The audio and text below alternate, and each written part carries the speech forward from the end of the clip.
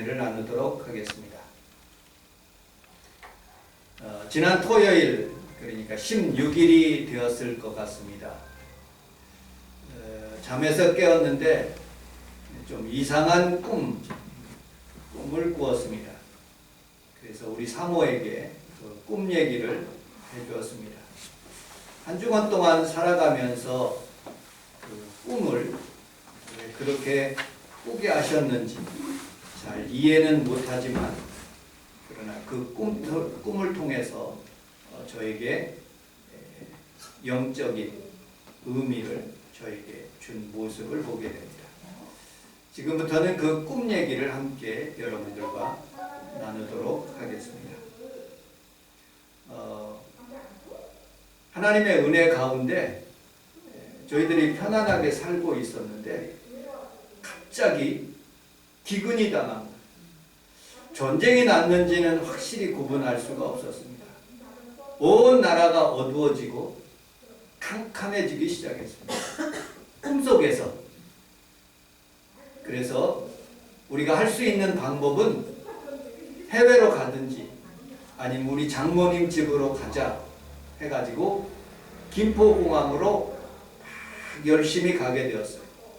그런데 김포공항 다 가는데 깜깜해지고 어두워지고 무서워지고 아무것도 없는 그런 상황이 되어버렸어요. 그래서 할 수 없이 다시 돌아와서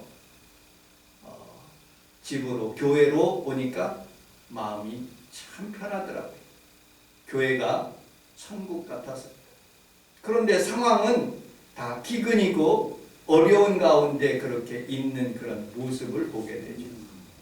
그래서 교회 내에서 음식을 조금씩 냉장고에, 냉동실에 있는 고등어도 꺼내 먹고, 또 통닭도 두었던 그런 것도 꺼내 먹고, 그것이 이 2달, 3달 이렇게 지나가게 된 모습을 보게 됩니다. 그런데 주변에서 기근으로 어려움 당하여서 우리도 이제 죽는구나 하고 생각하는 그 순간에 제가 꿈을 깨게 되었습니다. 왜 하나님이 이런 꿈을 꾸게 하셨을까? 온 세상에 기근이 일어나고 여러 가지 어려움의 전쟁이 일어나는 그런 꿈을 저에게 그렇게 주셨을까?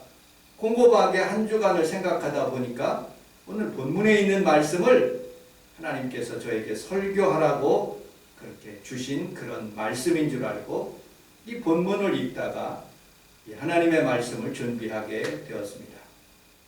예전에는 저희 어렸을 때는 배가 나온 사람들은 배사장이라서 상당히 부자로 그렇게 사는 모습을 보게 됩니다.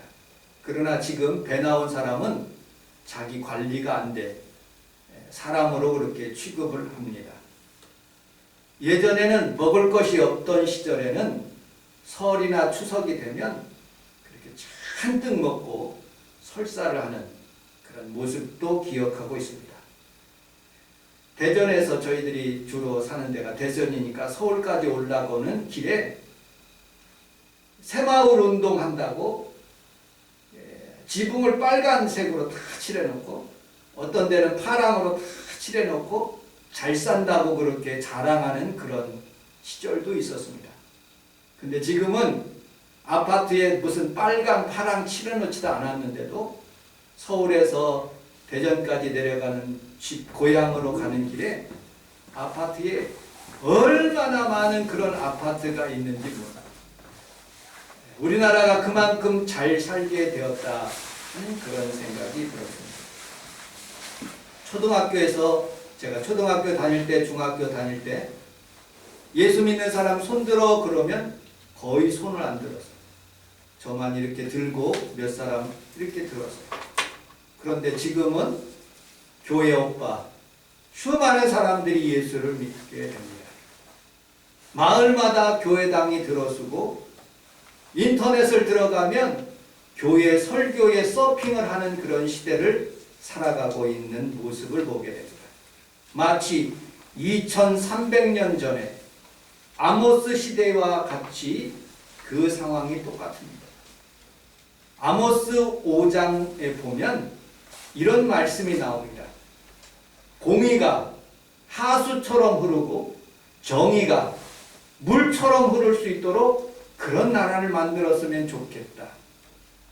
얼마나 타락하고 그 여로보암 2세 때 국방이 얼마나 튼튼하고 잘 사는지 사치가 팽배한 그런 나라. 그런데 하나님께서 이 나라에 물이 없어 음식이 없어 기갈이 아니라 하나님의 말씀이 없어서 기갈이라고 그렇게 말씀하시는 모습을 보게 됩니다. 그래서 우리 현대를 살아가는 성도들과 그리고 저와 여러분들에게 주시는 하나님의 말씀인 줄 알고 오늘 본문을 읽게 되었습니다.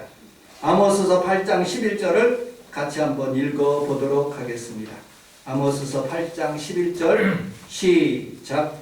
주 여호와의 말씀이니라. 보라 날이 이를지라. 내가 기근을 땅에 보내리니 양식이 없어 주림이 아니요 물이 없어 바람이 아니요 여호와의 말씀을 듣지 못한 기갈이라.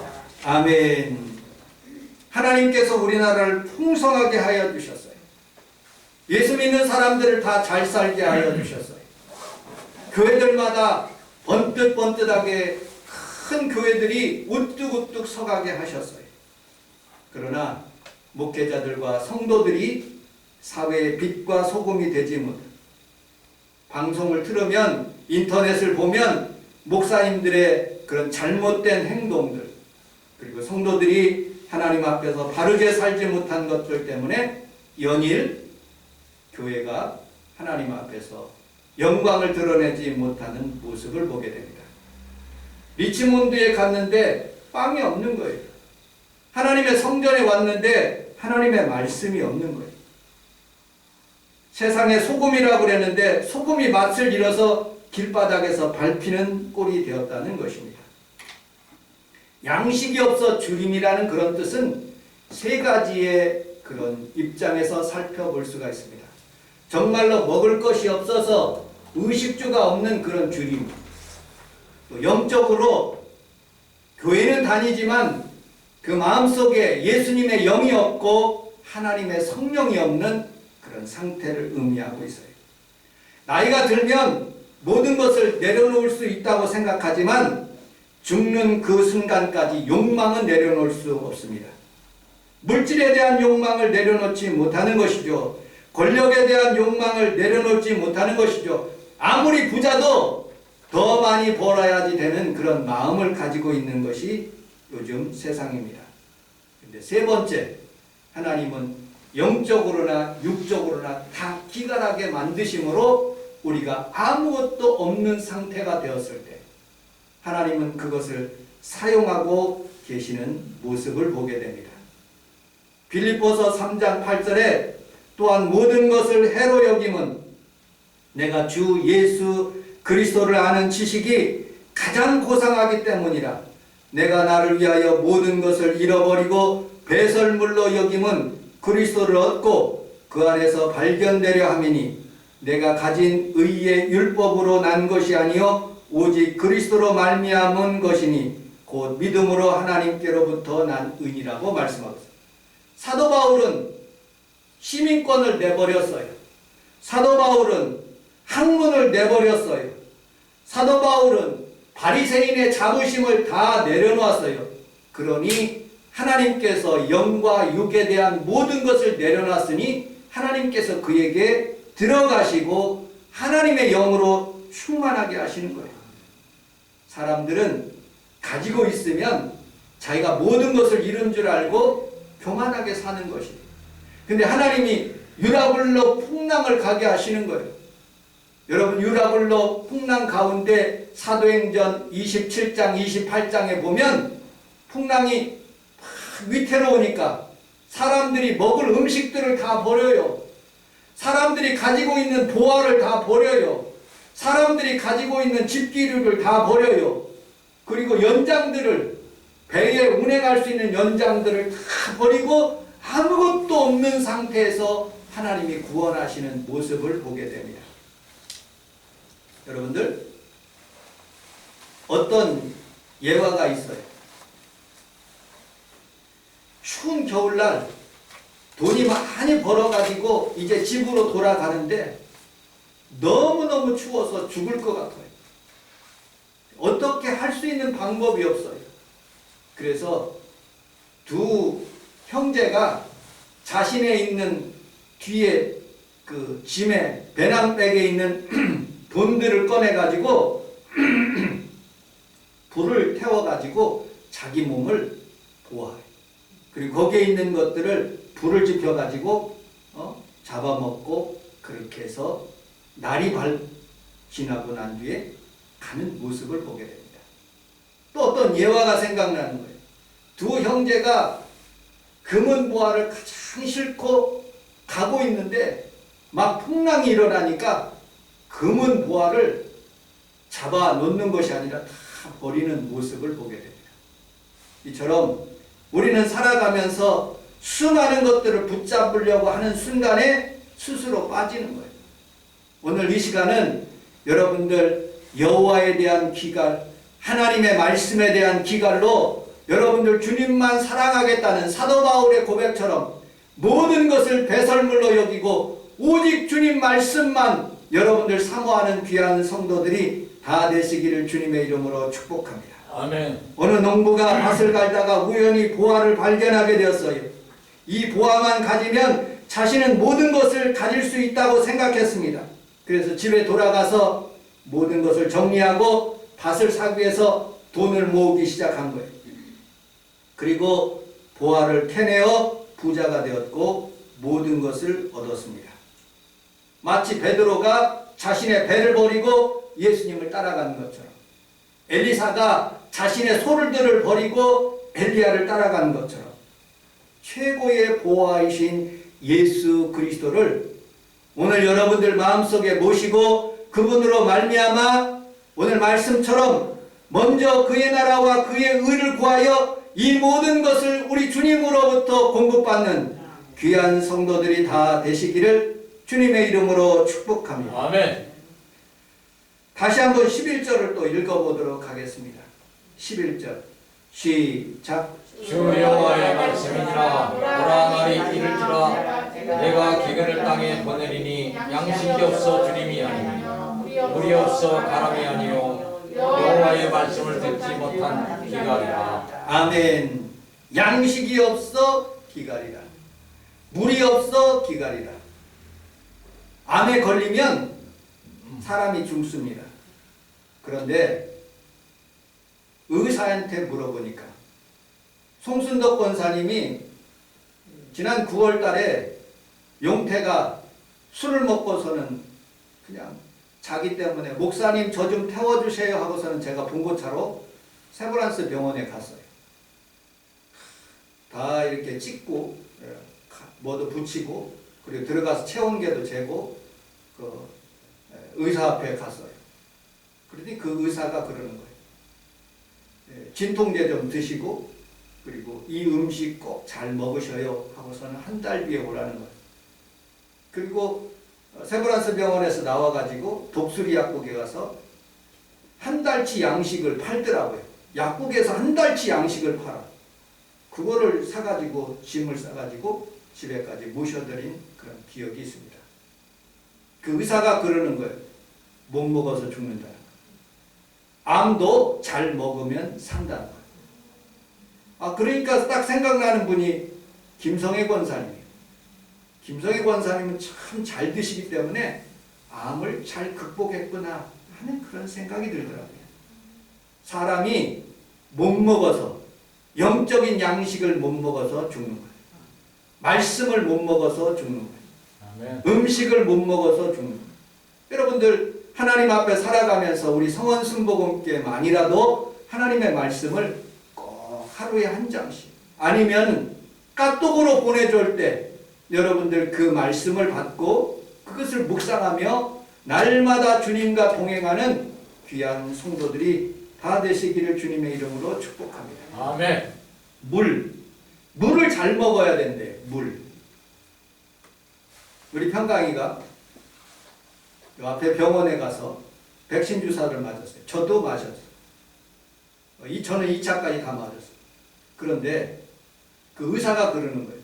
그 간호사가 그러는 거예요. 꼭 물 많이 먹으세요. 운동하지 말고 이 백신 주사 맞은 동안에는 물 좀 많이 먹으시라. 물을. 왜냐? 물 통해서 모든 못된 균들이 다 빠져나가고 물 통해서 모든 수분이 공급한대요. 특별히 심장이 안 좋은 그런 사람들은 백신 맞으면 참 어려움을 당하는 그런 모습들을 뉴스에서 종종 봤어요. 그런데 조사에 보면 심장의 응고를 막아주는 게 물이라는 거예요. 백혈병의 체내에 산소를 공급하는 것이 물이라는 거예요. 고혈압에 천연 리뇨제를 공급하는 것이 물이라는 거예요. 당뇨에 물을 공급하고 우울증에 물을 공급함으로써 우울증이 없어진다는 거예요. 그래서 우리 주님께서는 요한복음 3장 5절에 예수께서 대답하시되 진실로 진실로 내가 너희에게 이르노니 사람이 물과 성령으로 거듭나지 아니하면 하나님 나라에 들어갈 수 없다는 것. 여기서 물이라는 것은 하나님의 말씀을 의미합니다. 오늘 여기에 오신 귀한 성도들이 하나님의 말씀으로 성령으로 여러분들이 힘을 얻어서 한 주간을 이기고 세상을 이기는 귀한 성도들이 다 되시기를 주님의 이름으로 축복합니다. 아멘. 네 번째로 우리 함께 따라서 하겠습니다. 하나님의 말씀을 갈망합시다. 하나님의 말씀을 갈망합시다. 다시 한번요. 하나님의 말씀을 갈망합시다. 하나님의 말씀을 갈망합시다. 아멘. 이리저리 찾아도 찾지 못하는, 오늘 본문에서는 동쪽으로 가고 서쪽으로 가지만 하나님의 말씀을 찾지 못하는 시대가 됐다는 거예요. 교회에 너무 많은 정치 얘기, 너무 많은 세상의 얘기로 가득 찼어요. 그런데 정말로 하나님 사랑하는 교회와 성도들은 하나님의 말씀으로 가득 찬 그런 삶을 살아가시기를 주님의 이름으로 축복합니다. 아멘. 왜 기도합니까? 왜 하나님의 말씀을 들으러 오십니까? 그분의 음성이고 그것을 위해서 내가 하나님 앞에서 다시 소생하기 때문에 그렇습니다. 기도하는 이유도 그분과 친밀한 관계를 맺기 위함이죠. 교회 기도하는 이유가 집사님, 권사님, 목사님이 돼서가 아니라 하나님과 좋은 관계를 유지하며 하나님의 세미한 음성, 하나님의 말씀을 듣기 위함이라고 말씀하고 있어요. 그럼 상당히 유명한, 우리 기독교에서 상당히 유명한 분이 한 분 계세요. 헨리 나우렌이라는 분입니다. 헨리 나우렌. 이분은 천주교 사제예요. 천주교 사제. 그런데 기독교에 관한 책으로 굉장히 많이 유명해요. 여러분들도 한번 들었을 거예요. 헨리 나우렌이 누군지.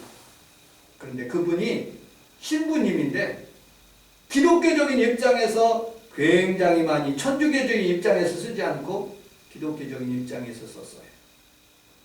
그분은 노들담에서 교수를 했고 예일대에서 교수를 했고 그 다음에 하버드에서 교수를 했는데 하버드에서 교수 생활을 많이 하셨어요. 조건이 뭐냐? 내가 박사학위 논문을 하버드에서 있으려면 논문을 1년에 한 권씩 내야 되는데 그것을 안 하는 조건으로 교수를 한 거예요. 근데 이분은 박사학위가 없어요. 박사학위 지원하기만 하면 떨어지는 거예요. 자기가 능력이 부족하다는 것을 알아요.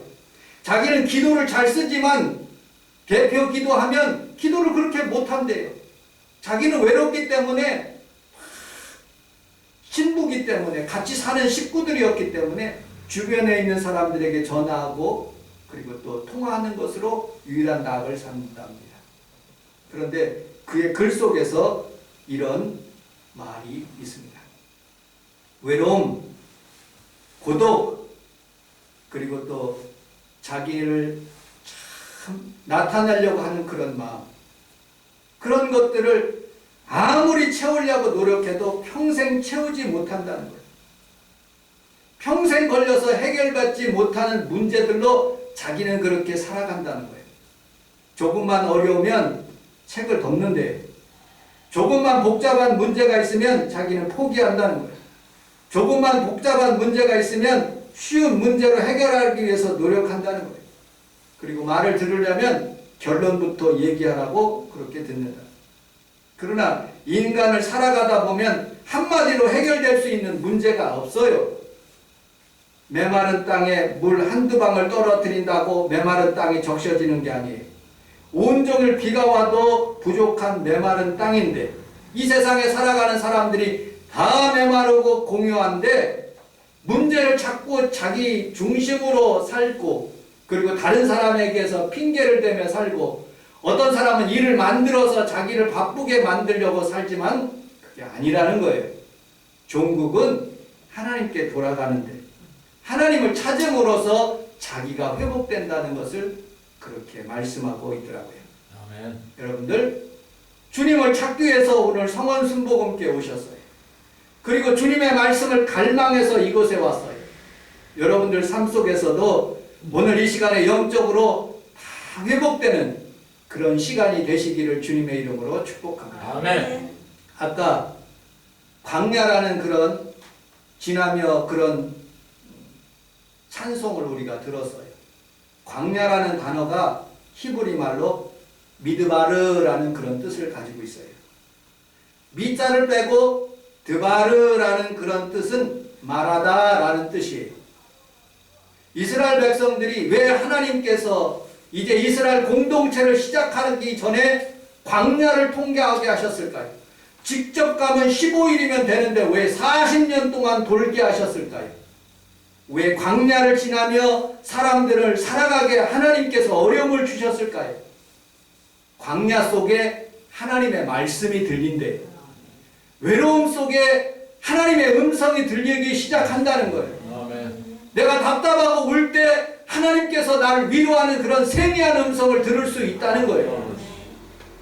그래서 하나님을 찾게 되고 하나님 앞에 눈물을 흘리게 되고 하나님께 부르짖는다는 거예요. 목사가 잘 되면 좋지요. 성도들이 다 잘 되면 좋지요. 그런데 하나님은 나도 모르게 광야를 지나가게 하신다는 거예요.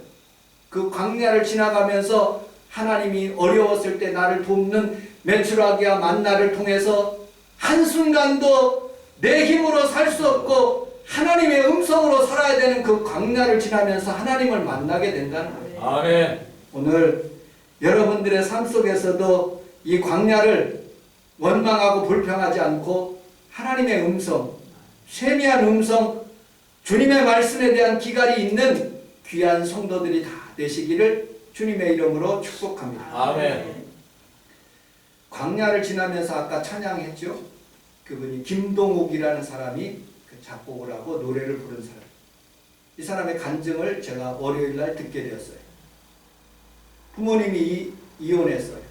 갈 데가 없었어요. 하나님에 대한 원망으로 가득했어요. 시내를 돌아다니고 휘황찬란한 불빛 가운데 있었어요. 근데 하나님은 만나지 못하고 하나님에 대한 원망으로만 가득했어요. 그런데 어떤 기회가 돼서 자기가 미국에 있는 대학의 주리엇 음대인가? 버클리요? 네, 버클리 음대인가? 거기를 지원하게 됐대요. 그런데 자기는 등록금도 없고 아무것도 없는데 하나님 은혜 가운데 내가 찬양 사역자가 되겠다고 그렇게 얘기하는 그 순간에 장학금도 주고 또 하나님의 축복으로 거기를 졸업할 수 있도록 그렇게 한 그런 것들을 제가 들었어요. 여러분들, 우리는 살아가면서 사람들이 하나님 앞에서 뿔쏙 이렇게 성장하지 않아. 하나님의 은혜 가운데 광야를 꼭 지나도록 만들어 주시는 거예요. 여러분들의 삶 속에서도 우리 하나님 앞에 살아가면서도 늘 내가 지금 광야를 가고 있구나, 하나님의 음성을 들을 차례구나 하는 것을 믿음으로 고백하시기를 주님의 이름으로 축복합니다. 아멘. 결론, 마태복음 11장 17절에 여러분 집에 가서 찾아보시면 너희를 향하여 피리를 불어도 너희는 춤을 추지 않고 우리가 슬피 울어도 너희는 가슴을 치지 않는도다라고 말씀하고 있어요. 제가 복음을 증거했는데 초등학교 6학년 그 아이에게 제 전화번호를 줬는데 그 부모가 전화 온 거예요. 왜 우리 딸에게 성추행하기 위해서 그렇게 전화번호를 줬느냐 하고서는 그렇게 오해를 하시더라고요. 요 앞에 있는 그 청년, 지금은 청년이에요. 어렸을 때 제가 손을 붙잡고 복음을 증거해 준 적이 있어요. 근데 그 아주머니, 어머니가 보시더니 그 손 놓으라고. 지금까지 나를 같이 사니까, 20년 동안 사니까 지금까지 나를 쳐다보지도 않고 그냥 가시더라고요. 지금 이런 시대가 되었어요. 왜? 목사님들이 잘못했지요. 이승만 대통령, 김영삼 대통령, 이명박 대통령 다 장로님 대통령. 나라 위해서 헌신했지만 그러나 끝이 잘 안 좋았어요. 영화를 보면 밀양이라든지 박하사탕이라든지 오징어 게임을 보면 여러분 다 목회자들에 대한 비평과 원망뿐이에요. 이게 한국 사회예요. 나가서 전도도 못하는 그런 환경이 되어버렸어요. 어느덧. 예전에는 목사님 하면 존경도 받고 참 여러 가지로 존경을 받는 그런 시대였지만 지금은 아니에요. 기갈이에요. 완전히 영적으로 기갈된 상태예요.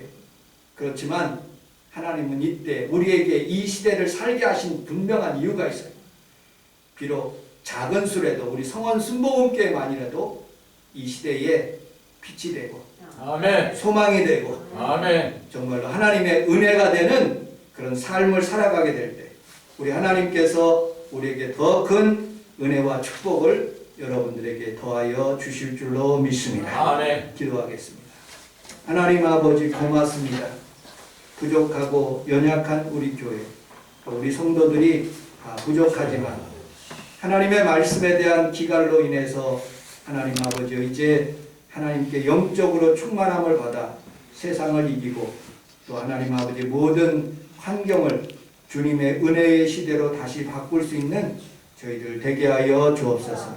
예수님 이름으로 기도합니다.